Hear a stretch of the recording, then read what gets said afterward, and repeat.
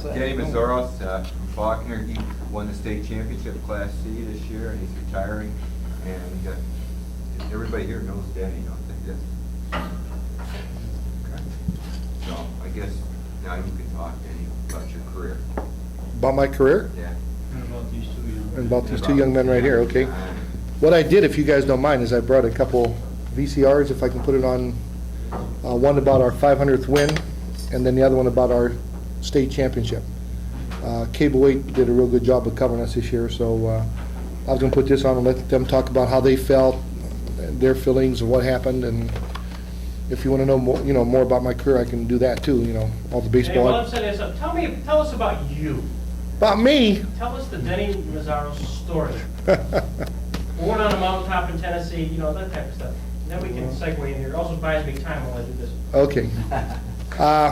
I'll start way back when I start playing ball. I was the youngest player in I came from a town called Cokeburg, Pennsylvania, which is south of Pittsburgh, near Washington, Pennsylvania, if anybody knows that area. All coal mining. And every coal mining town had a baseball team. And when I was a little kid, I used to go watch all the men play baseball, and I just fell in love with the game. Went to every game, played every day. I started Little League. I was the youngest player on the team. I think I was like 8 years old, playing Little League with up to 12-year-olds. And from Little League, I went to Pony League, and I played Pony League, played in the World Series in Washington, Pennsylvania. That's the home of the World Series for the Pony League. Played there, pitched and played center field and shortstop. Our high school didn't have a team, unfortunately. I did play on different men's team in our area. I did play in college, I played for California University. I pitched and played shortstop. I played for a team called Van Voorst, and it was called the Mon Valley League. And these were some of the better players in the area, from the Pittsburgh area. The Pirates kind of hid the players. The only team actually that could have touched us was the Pittsburgh Pirates at the time. They paid for our traveling and our meals and the bats and everything, but we didn't get a salary. So we called it semi-professional. Not really professional, but semi-professional. I played up here when I moved up here when I was 21 years old to teach at Falconer. I graduated from California University. I moved up here, and I've been up here ever since. 34 years I've taught at Falconer. And we were blessed with many very good baseball players, a couple of them right here at this table. Keith played for me the same year my son played for me. They graduated back in '84, and these guys just graduated this year in 2000. I played on a baseball team called the Falconer in the County Great Belt League, and we had a real good team. I was scouted by the Detroit Tigers back then. I had a batting average of .720. I think that record still holds in the County Great Belt. I hit .720. Let's see. I played a lot of softball. I played a lot of softball with Kenny, against Kenny. I think we played some together. So I've been involved in sports and baseball my whole life. In high school, I played football and I played basketball. We did not have baseball. My senior year, when I graduated from high school, I had probably 35 offers to go to different colleges to play football. And they wanted me mostly as, believe it or not, I'm kind of heavy now, but they wanted me mostly as a defensive back, because I was the fastest kid in my high school. I had pretty good speed. I could run. And in high school, I played outside linebacker. And my sophomore year, I was the quarterback of the team. My junior year, I was a halfback. And my senior year, I was a split end. They put me out on the end because of my speed. And always played defense. I don't know what more to say. Baseball your favorite sport? Baseball by far is my favorite sport. By far, no comparison. I love football when I played it too. I love football too. But baseball is by far my favorite sport. Life after Faulkner. What's next? I just got done, believe it or not, I just got done talking to the head scout of the Atlanta Braves for the whole United States and Canada. His name's John Stewart. He was just down at the stadium yesterday. I don't know if any of the boys were there or not. But they had a trial camp, and I talked to him, and I possibly might be scouting with the Atlanta Braves. It's a possibility. They need somebody to cover New York, Pennsylvania, and Ohio. So that's a possibility. I know Dan Lanetta. Dan Lanetta's with the Florida Marlins now. So there's another possibility where I might scout. I also know Frank Wren, who is also with the Atlanta Braves. So I do have some connections. So what I'm probably going to do now is still stick with baseball, Sure. either scout or I might coach. I've had some offers from colleges, I've had some offers from high schools. Some of the high schools that play these guys even, so since see at Falconer, once you retire, the teachers that are there, they have first shot for the coaching jobs. Other schools in the area, it's not that way. For example, Jamestown, okay? You don't have to be a teacher at Jamestown to be the head coach there. Casadega is another place. So, I mean, there's other places in the area that I could go and coach, but it'd be awful hard for me to coach against Falconer, you know. Teacher step aside at Falconer and you coach then? If the teachers would not accept it, but there's quite a few teachers at Falconer that would really like to step in. Like I have a JV coach. He's been coaching there for 12 years. So, I mean, you know, he's ready. Who's that? Tim Butzer, he just got approved at the last school board meeting. He's going to be the next head coach, and most likely Billy Hare from Frewsburg. He also teaches at Falconer. He'll be probably our JV coach. This was the guy. Bill Hare Jr., not senior. That's- You guys remember senior at Frewsburg. Is this the guy that coaches first base? That's Chris Schrader. He helps me out, Chris Schrader. He'll probably help out, but he'll just be an assistant. He's a volunteer assistant, Yeah. Chris Schrader. We had a couple other honors just bestowed upon us just recently. At the last board meeting, they're building a new baseball field at Falconer. They're going to replace the field we have now, and they're going to call it the Denny Meszaros baseball field. So that was an honor that I was quite pleased with. And we just got word from New York State, and Terry probably knows this, from Perry Novak, that I've been chosen the coach of the year for Class C in New York State. And John right here, John Moore, is the player of the year for Class C. He beat out a kid that was just drafted by the Baltimore Orioles, 32nd round, I believe, the team we beat from Saratoga Catholic. So it was between the two of them, and they went with John Moore because he threw a 4-hitter against that team, and we beat him in the state finals. And Sammy Mara here, he's the guy that hit the two-run homer in the 9th inning, and I got this on film here to show you guys, that gave us the state title. And it's the first state title in the history of Falconer High School. We've never had a state title ever in any sport. It's a first team sport. We have an individual, Jacob Schaus in wrestling, was a state champion. But as a team sport, that was our first ever in the history of Falconer, which is over 120, 125 years old. So we're all real proud of that. Like I said, I never crossed that plate one time, 500 wins, and you know, I didn't do it, these guys did it. Falconer has a great baseball program down there, great program. Little leagues, Babe Ruth, all the way up through, and that really helps. What was the feeling for the players to win the state championship? That had to be an emotional feeling. It was a relief too. I mean, it was a doubleheader that day, and the turf was over 100 degrees.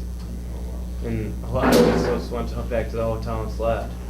It was just exhausting. It was better the next day than when it happened because we were so exhausted and drained from the whole day of baseball that it wasn't Only time. A lot of transition. We did practice. We got a hold of Wally Hucknall up at Jamestown, and we did practice 2 or 3 times up at, and that helped us. Yeah. You We- like that turf? We were ready Yeah, for I it. like it. We were ready for it. It's quicker, and the ball comes off of it different. It doesn't really bounce. It kind of slides. We played back about a step deeper, and we handled it pretty well. The kids handled it pretty well. Had fun too. That's good transition. How many errors did we make?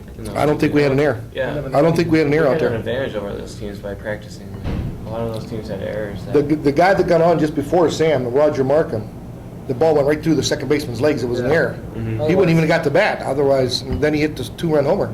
That was in the 9th inning. Might not been able to bat the 10th because it Could have been over. Could have been over, yeah. So definitely helped us going up to Jamestown on Strider Field up there. How many undefeated seasons did you have? Undefeated? Never had undefeated for the whole season. We were undefeated in league quite a few times. But never in a season? Not for a whole season, no. 500 wins, It's tough to do. No, it's really tough. Percentage is unbelievable. Yeah, that's very different. That's almost impossible to have an undefeated baseball. Yeah. That's- One team did this year, Fabius Pompey, Class D. Class D. They go undefeated? They went undefeated. One team did. That's very rare, very rare. Yeah. No, Amsterdam years ago won 56 straight games. 56 straight? Or 3 or 4. Now, league, Terry might remember this, when we were in Division II, when we used to play, you know, Frewsburgs, Maple Groves. In Division II, I think we won, it seems like it was like 30 or so in a row. Do you remember, Terry? We went undefeated 2 years in a row. That's 14 and 14, that's 28. And we won so many games Not sure. the year before and then the year after. Something tells me it was like 35 or so in a row or something like that. League games. We always played stiff competition in non-leaguers. We always played the Jamestowns, Fredonias, Dunkirks, Oleans, Warren, Bradford. We almost always played larger schools on non-leaguers trying to get ready for the playoffs. So it's hard to go undefeated when you play those kind of schools. Denny, in the last 10 years, in football, baseball, you had state champions, which, at least in my memory, I don't recall ever having here. But we seem to have a few of them now. Yep. From our little old backwater part of the State. Why is that? Any sense? I think our competition, like the league we're in, for example, in baseball, Division II, I would put that league up against almost any league in the state. It's a really tough league. We didn't win our league. We came in second. Fredonia won our league. Fredonia only had one loss. They beat us twice, and they got beaten in the sectional finals. So we were second place in our league, but yet we're a state champion. But those are Bs. We're playing against Bs. We're a C. I've had 3, in my opinion, that should have went to the pros. Okay, 2 were drafted. Kenny's son, Kevin Martin, was drafted by the Detroit Tigers in the 6th round, right, Kenny? 6th round by Detroit.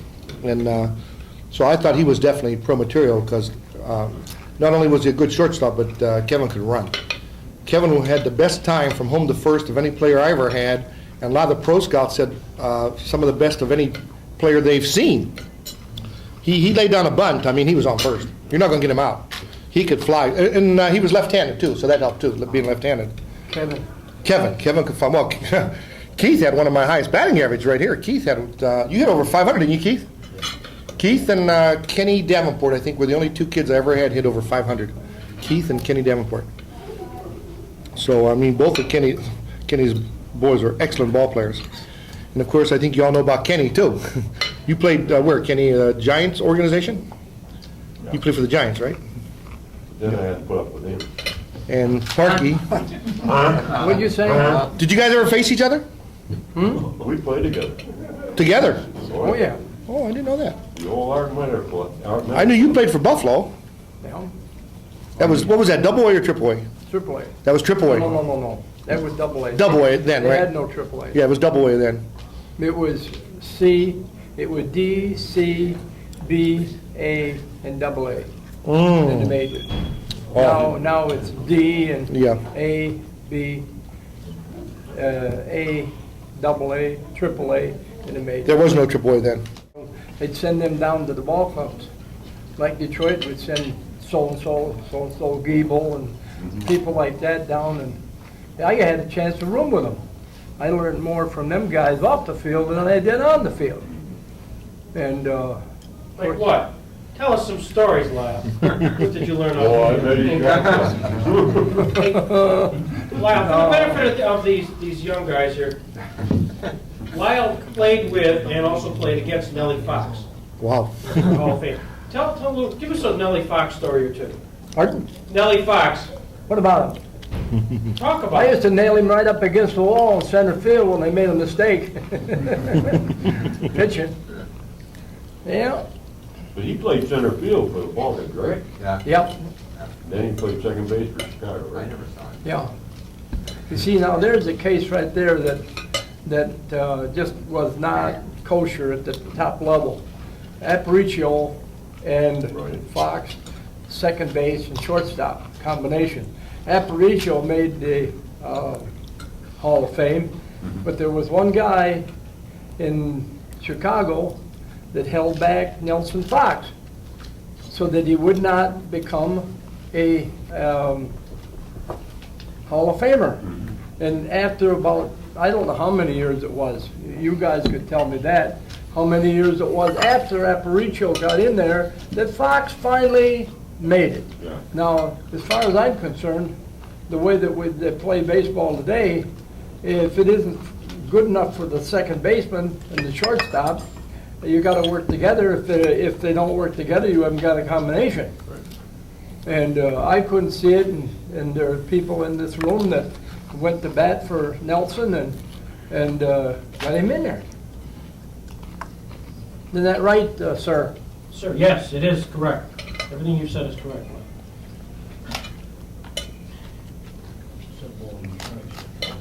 Well, if the guy deserves it, give it to him.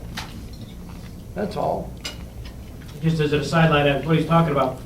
I belong to the Nellie Fox Society. It's a group out of Chicago, lawyers, doctors, Indian chiefs. And their sole goal was to get Nellie Fox into the Hall of Fame. And they'd write briefs, and they would argue, and they'd go before, you name it. Finally, a judge, who was the head of the whole thing, very adamant Chicago White Sox fan, found out that the man on the committee, the Old Timers Committee, that would not really advance Nellie Fox, was his former manager, Sure. Al Lopez. Yep. Now, that's bad news. Yeah. When you have your manager, who in print said wonderful things about Fox, but behind closed doors said, nah, I don't think he deserves. Well, you give a lot of weight to that. Here's the guy that was your manager. How So many what- years did it hold him back? A lot of years. So what happened was, and this is beautiful, the politics of baseball, these lawyers put together a huge legal brief and sent it off to the commissioner's office on Al Lopez, discrediting it. Here's a guy that would write, and they would attach articles and articles. You go back to when he was the manager, all by Lopez concerning Fox, and saying, here are the affidavits of what Fox is saying behind closed, or Lopez behind closed doors. We need to get rid of him. You need to get rid of him because he's phony. So what happened was, 3 years ago, guess what happened? They got rid of Al Lopez. He resigned from the Old Timers That Committee. opened the door. Guess what? They put somebody new on. Guess who got in immediately? Nellie Fox. Yeah. Now that's what you don't hear about, but No. it's like unbelievable. Wow. I'll take another strike. Well, Is Al actually- Lopez in the Hall of Fame too? Yeah. Yeah. But anyways, just as an aside. What else? You mentioned 3 guys that you thought were pro material. I think you- Okay, I had 3 of them. I mentioned Kevin. Yeah. Kevin Martin. Another one just passed away here not just too long ago, by the name of Craig Paternini. He was a pitcher for me back in 1970. Probably one of the best pitchers I've ever had. And he went to Ithaca. He got drafted by the Cleveland Indians in the 13th round. Cleveland Indians. Out of high school. I'm talking about out of high school. Kevin was out of high school and Craig was out of high school, not college. But he decided to take the full ride to Ithaca. Back then was Division I. Ithaca's gone from Division I to Division III, and I'm not sure where they're at now. Do you know, Terry? Maybe 2. They still 3? They still 3? Okay, but they were Division I back then. And he still holds a lot of records out there. But what happened to him is he got into a fight and he busted his shoulder. And then all the teams stayed away from him. And he'd have went maybe like in the first round. I mean, he was top-notch pitcher. So that's the second one. And the third one was promised but turned down, and that's Joe Mastretta. Joe Mastretta played for Chapman out in California. Also played for Western Arizona for 2 years, and then Chapman. And when he came back, he was promised, the farm club here was the Montreal Expos at that time, and he was promised to play second base for him by the manager. But they had just signed a boy for, I think it was $150,000, a second baseman, and they said, money talks. They're not going to get rid of him Still and put does. Joey there. And the manager admitted that Mastretta was better than the kid that he signed for $150,000. But there's the 3 boys, in my opinion, that should have played pro ball that I coached. One thing about Joe was his size, right? Size hurt him some, yeah. There's this kid that plays for the Jammers now, it's about Joe's size. Yeah. I wish they would have given Joey, anybody, give him a chance. Because I think he might not have made the majors. Right. But he played some play good that ball. He could play that. He could play that ball, yes, sir. Who was that?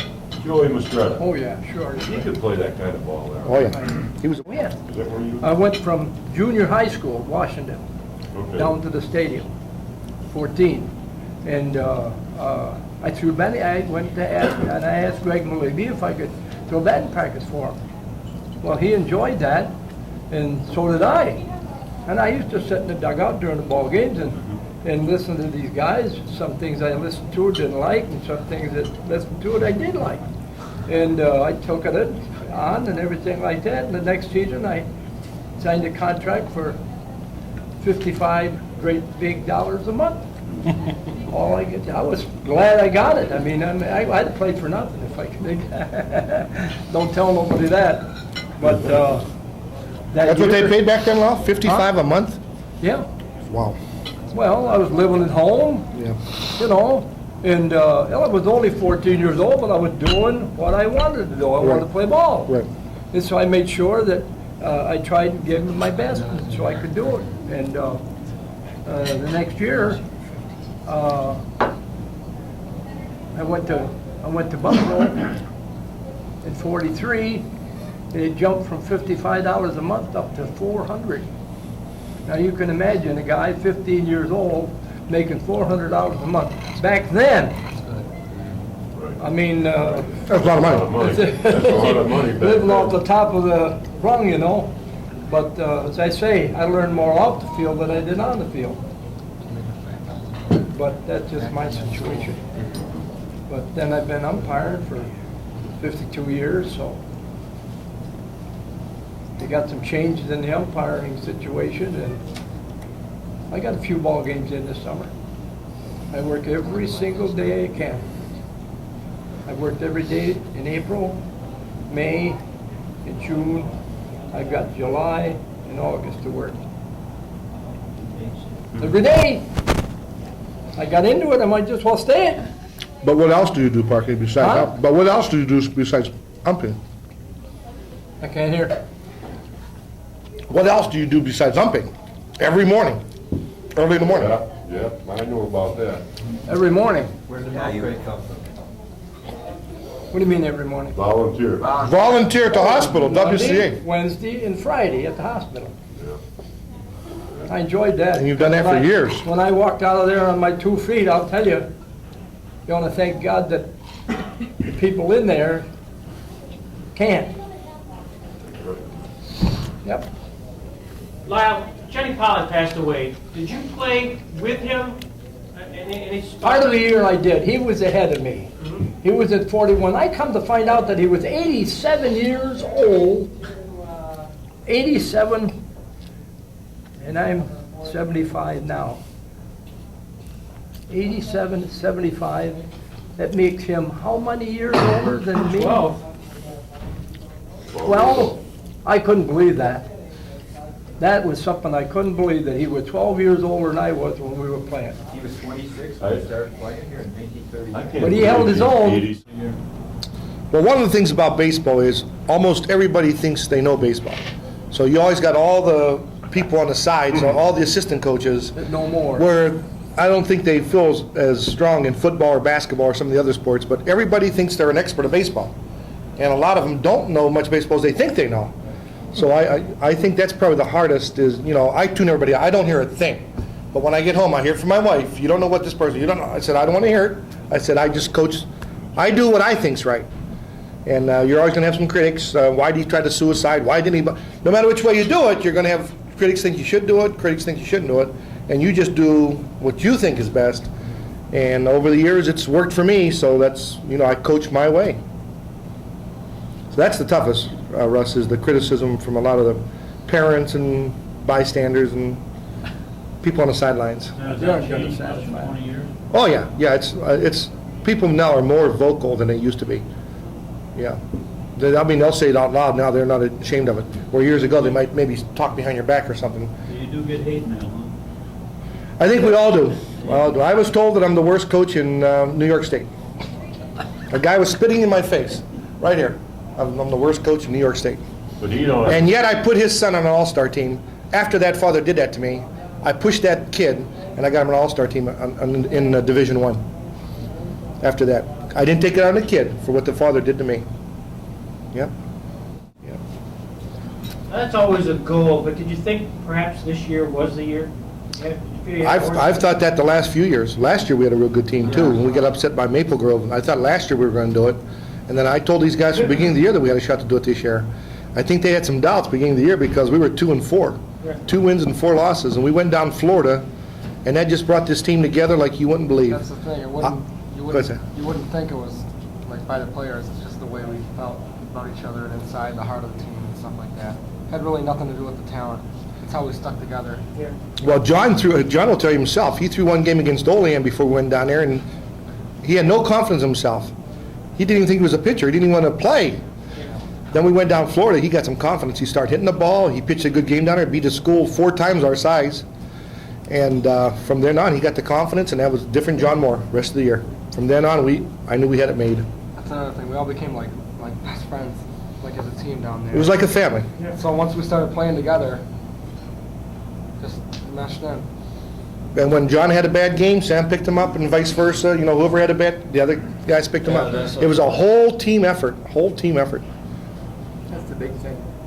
The last 3 teams we played were 25-1, 25-1, 27-1. I mean, that's, what, 77-3, and we had to beat those teams. When we beat Oakfield, Alabama from Section 5, they were the number 2 team in the state. They'd only lost 1 game, and that was to a large school. And we had 7 losses. We had 7 losses, yeah, well, that was early in the season. We won our last 13 in a row. Then we went up against this Pines Plains. I think they were 25-1. And then finally, we met this Saratoga Catholic, who was 27-1 on a 26-game winning streak. And that's where the kid was drafted by the Baltimore Orioles. Yeah, well, yeah, they both had long streaks. And I mean, that's the kind of caliber you play once you get that far, once you get to the States and all that. It's just unbelievable. The talent you run up against. It's just unbelievable. But these kids came through. They never gave in. Every game we were behind. Every single one in the playoffs we were behind. And it's usually like first inning, like 2-0 or something like that. The state final was 2-0 first inning, and we came back and we got a run. Then a few innings later, we got 2 runs, so we were up 3-2. Then one kid hit it. The only good hit off of John all day was his first batter. Bam! He ripped a triple to the wall, and then he hit a sacrifice fly and got him in and tied it 3-3. And that was about the 5th or 6th inning. I'd say the 5th. Ninth batter too. 9th batter, yeah. And then after that, he just mowed him down after that. In the 6th, 7th, 8th, and 9th, they didn't touch him. 1-2-3, 1-2-3, 1-2-3. And that's the kind of team this was. They never gave up. We always came back. Always came back. Any regrets? Man, I can't. They asked me that on TV too, and I said, I can't think of any regrets. I've loved every moment of it. Proud of the accomplishments the kids did down at Falconer. Proud of the school. I've had opportunities to go to other places. Southwestern tried to get me away from Falconer way back. They promised me the head basketball coach. Leaving us? No, I'm sorry, I didn't want to interrupt you. That's okay, no problem.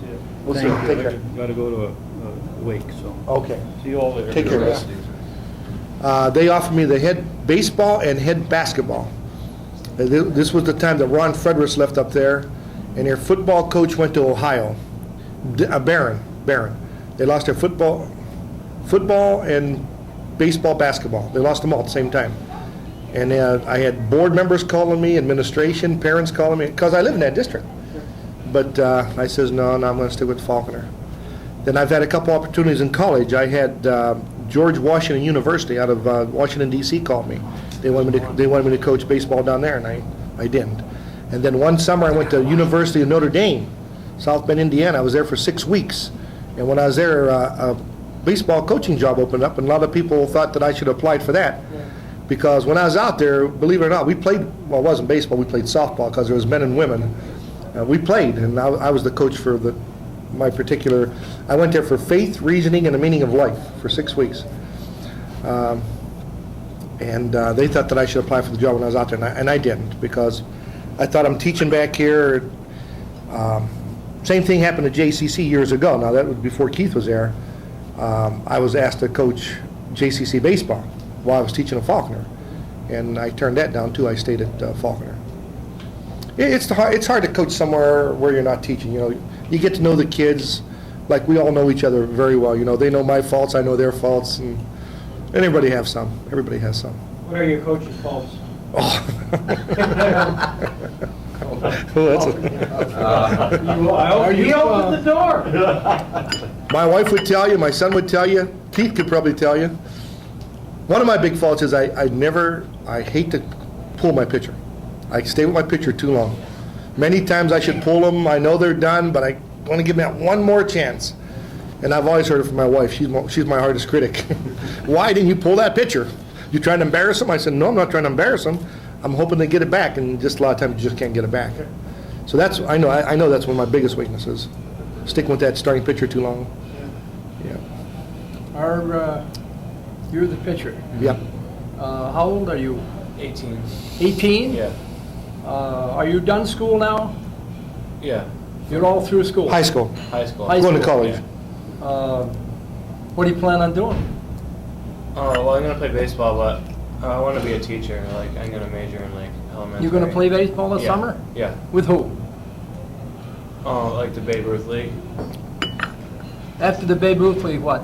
JCC baseball. College ball count. For JCC. I see. Yeah. And you? Same thing. Same thing? Play ball Going in the together? summer, and then go to JCC. Yeah. Do you know what you're going to do, Sam, or what you're going to major in? He said he's physical ed. Health, something like that. Health. When next year comes, then you guys will be going out for JCC baseball. I see. Okay. After JCC in Division One. That'd be nice. Oh, that'd be nice. That's a big step. That's big time. That's big. It's a big business now. Division One, I put on equivalent to like the lower Class A ball professional. I mean, that's the caliber Division One ball players are. And I just saw that was in Division. Role models, huh? Denny's role model was Yeah, beside you. there were some. There was a guy from Dunkirk by the name of Al Stumiller. Kenny probably remembers him. The guy was a terror on the field, but boy, he knew his baseball. And when we played each other, we went head to head. I can still remember beating him 1-0. We stole home plate on him, beat him 1-0. The kid threw almost a no-hitter against us. We couldn't touch him. Vandeveld was his name, Vandeveld. He went big time, Division One or something in baseball. And I kind of idolized him in baseball. He was one of the ones. Roger Moore from Fredonia was another outstanding baseball coach. And these are the kind of guys I coached against when I first started. I'm just a little rookie against Al Stumiller, Roger Moore. These guys were fantastic. Roger was a good ball player. Yes. Another one was at Southwestern for a while. His name was Tom Prohaska. Tom and I worked together. We ran some all-star teams out in Syracuse. He helped me out, and I really respect the guy. He's a guy that went to a hotel. When you left the hotel, that hotel room would always look better than when you walked in that room. That was his philosophy. When you come play ball for him, your shoes better be shined, or else you don't play ball for him. That, those kind of things stick in my mind, and affects you a lot. Let's see. I think Bill Race, has affected me a lot. We've been friends our whole life, and I always kind of idolized the way he coached. We don't coach the same way. We have some different philosophies, but I always admired the guy. I always admired him, his coaching styles. Let's see. Those are the ones that just stick out in my mind right now. Right out in my mind right now. I'm sure there's many other good ones too. Who's the best player you've seen in high school, outside your team? Somebody who just stands out saying that was the best player we played against. There's been some good ones. There was a ball player from Wilson when we played Wilson. He pitched and played center field, and he got drafted in pros. Kid was just outstanding. I can't remember his name right now, but he was outstanding. That was one. We always faced some good guys from Dunkirk and Fredonia. Those were always our toughest games. They always had good baseball teams up there. Dunkirk and Fredonia. Kid from Holly. Yeah, the kid from Hawley. Kid from Hawley beat us 3-2. Next day he gets drafted by the Chicago Cubs. Next day. He threw 90 miles an hour. He was hitting 90. Wow. So, we faced some good ones. Out of the state tournament, we won it this year, but we were there in 90 and 92. We won the first game, the semifinal game, but then we went to the final game, and both times we faced pitchers that went either Division I or got drafted. Greenwich and Rensselaer, both near the Albany area. And the team we beat this year was from near the Albany area, Saratoga Catholic, all Section 2 they've won more sectional titles than any other Section 2. So that's a good baseball area, is the Albany area, yeah. Denny, what about that guy from CBA? Remember that guy that was going to Notre Dame when you beat them in extra innings? Remember that? In 1990, he was... Yeah, he was good. He was a good pitcher. Yeah, he was a good pitcher. Down or something. Yeah, I remember that, Terry. Yeah, you were out there then. Yeah. Yeah, we beat him in extra innings. Kevin Davenport. This has been terrific. It really has. Yes, it is. Thank you Yes. for sharing all this. Well, thanks for inviting us. Oh, this is wonderful.